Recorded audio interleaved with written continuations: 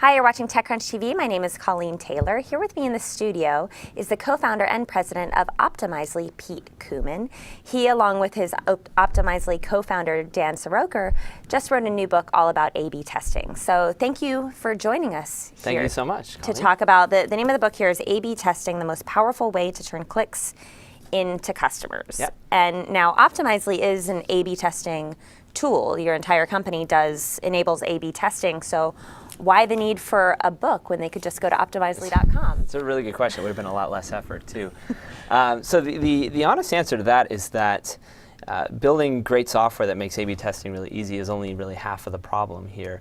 So when we get started with a new customer who maybe hasn't had as much experience A/B testing before, one of the first things they ask us is, okay, this is great, but how do we actually approach this problem? What do we test?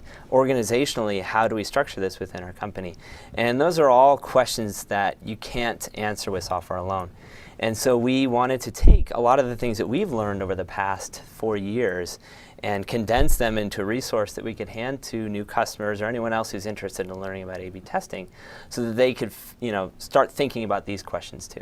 And what I like about this book, since just flipping through it a bit, is that it's not just a theoretical textbook. You have a lot of real life examples in here. Can you talk about one of them? I saw there, because companies use this, but also nonprofits. That's right, yeah. So the way we structured the book was we started with a bunch of high-level lessons that we've learned over the years about A/B testing, what typically works, some best practices.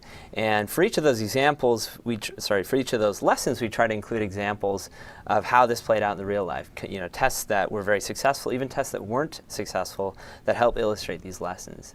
And probably my favorite example in the book is actually one that my co-founder and I were part of probably. That must have been 3.5 or 4 years ago now. So the beginning of 2010, just weeks after we had decided to start Optimizely, we were contacted by the Clinton Bush Haiti Foundation, and they were raising money for earthquake victims. That I think had happened that week. It was a devastating earthquake, and they had very quickly put up a web page where they could take donations. And the problem was that they had one very overworked IT person who was spending most of their time focusing on just keeping the website up, right? Their traffic had gone through the roof. It was a huge operational job. And they wanted help improving the performance of that website. And so we buckled down. We spent 3 days with almost no sleep. And we ran test after test after test while building the Optimizely platform and tried many different variations of that page. So an A/B test is really just taking a web page, trying several different versions of it, and showing one of those versions to each incoming visitor. And then you measure which one's more effective. And so what we did was we took the donation form and we added a photo of earthquake victims right next to the donation form. And it turns out that more people were willing to go through the process of filling out that form when there was a reminder of why they were doing it. We tried removing fields, we tried changing the text size, we tried changing the text on buttons. And after those 3 days, we had a version that ended up performing 10% better in terms of dollars per eyeball on that page. And that meant over the course of the campaign an extra $1 million for earthquake victims. So that's my favorite example in the book. Great. And one thing that I've heard from founders or different people in the tech industry is that Steve Jobs never A/B tested, right? He just went with his gut, and he had some vision for a design. This idea that people don't know what they want until you give it to them, or someone with a great vision gives it to them.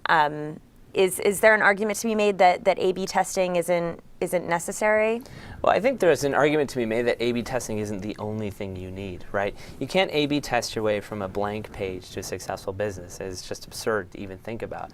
But when you think about what A/B testing is, it really is, it's just a mechanism to get to understand your customers better, your visitors better, right?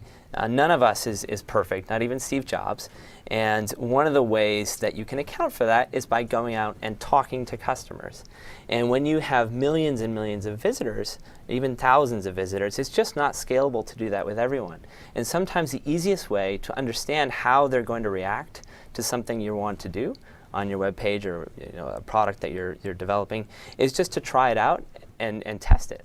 And so it really is, it's just a feedback mechanism that companies can use to better understand their customers, and it's a very effective one. So it's not the only thing required. You need a lot of ingenuity, you need creativity, and all the other amazing things that go into building something, but it's a very valuable tool in that tool chest. Great. And real quick, can we just hear a bit about where Optimizely is right now? Sure, yeah. So we're about almost 4 years old now as a company, and we've had a great run. So we just celebrated our 100th employee. We raised a round earlier this year, led by Benchmark, $28 million, which was really wonderful for the company. And we're growing very, very quickly. Great. And now you're also a published author. Where can people buy this book?